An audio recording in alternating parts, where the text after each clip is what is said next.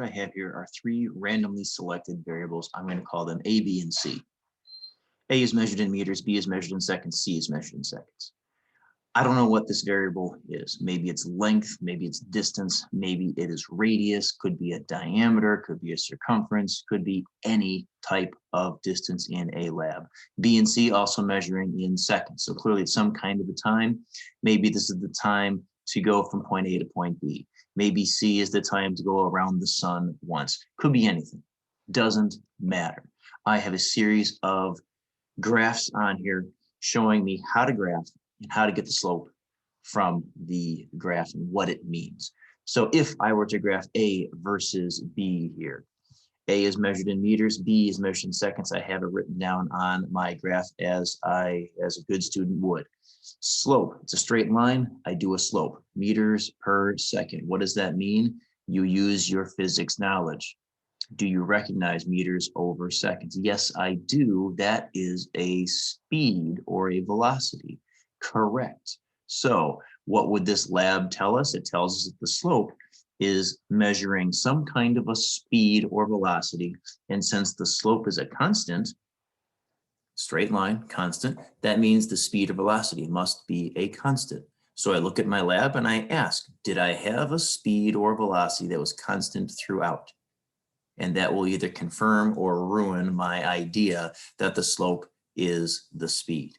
I can take a look at that constant speed in my lab. I can take a look at the constant value of slope and I can compare the two. Next. Okay, now I can't move my, there we go. Next, let's say I graph A versus B and I end up with this curve. This curve right here, I cannot use for any of my analysis. I can't do a slope because it's not a constant, so a slope isn't going to mean anything for me right here. So I can't do any analysis. So what do? I use my sheet. The sheet tells me when you see this, it's a squared relationship, which means you have to square your x. Okay, no problem. I'm going to square variable b. If I square variable b, it means that my unit gets squared also. So b squared is measured in seconds squared.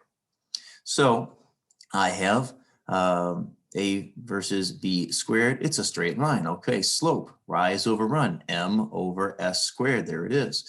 What do I recognize this as? Let's see, meters per second squared. I think that's an acceleration. And sure enough, obviously meters per second squared is an acceleration. What do? You look at your lab. Was there an acceleration that was constant the whole time? Maybe it was the acceleration due to gravity. Maybe it was the acceleration of a car. There must be an acceleration that was a constant because my slope is a constant. And I can again take the constant acceleration in my lab, the value for my graph, and I compare the two. All right? What if I had C versus B, seconds versus seconds? Okay, I do a slope because it's a straight line and my slope is seconds over seconds and it cancels out. Unitless. It's not common for us in this physics class to find values that are unitless, but it is a possibility. So maybe I end up with no unit at all. Let's do another one. Let's say I graphed B versus C and I get this inverse relationship.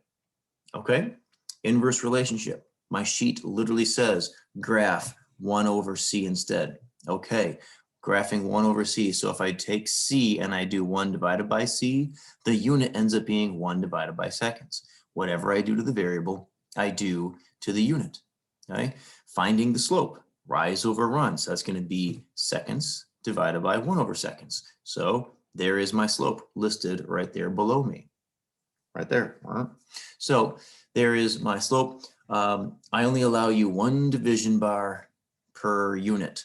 So that means that I got to get rid of that division bar. So if I divide by 1 over second, it is the same as multiplying by seconds over 1. This is seconds squared. What could seconds squared mean? Well, seconds measures time.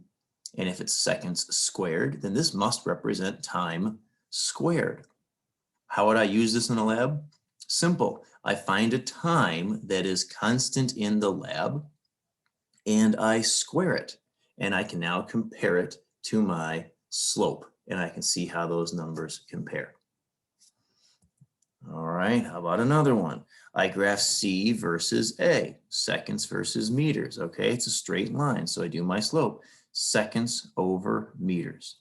Rise over run. What is the meaning? I've never seen seconds over meters before, but upon further review, I look at it and say, well, if I were to flip it around, I have seen meters per second.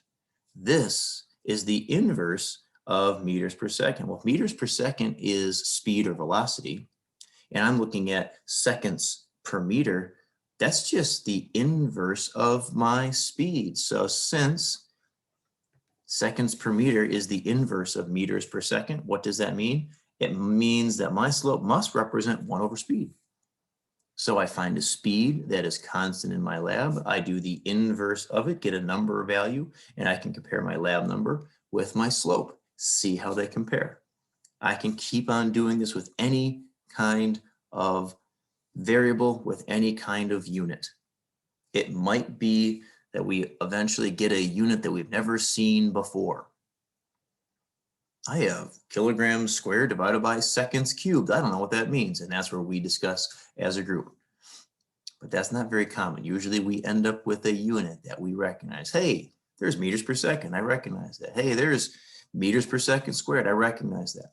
So in your lab, find yourself your straight line, get your straight line. Once you get your straight line, find the slope, and then look at the unit itself. Forget the number, look at the unit.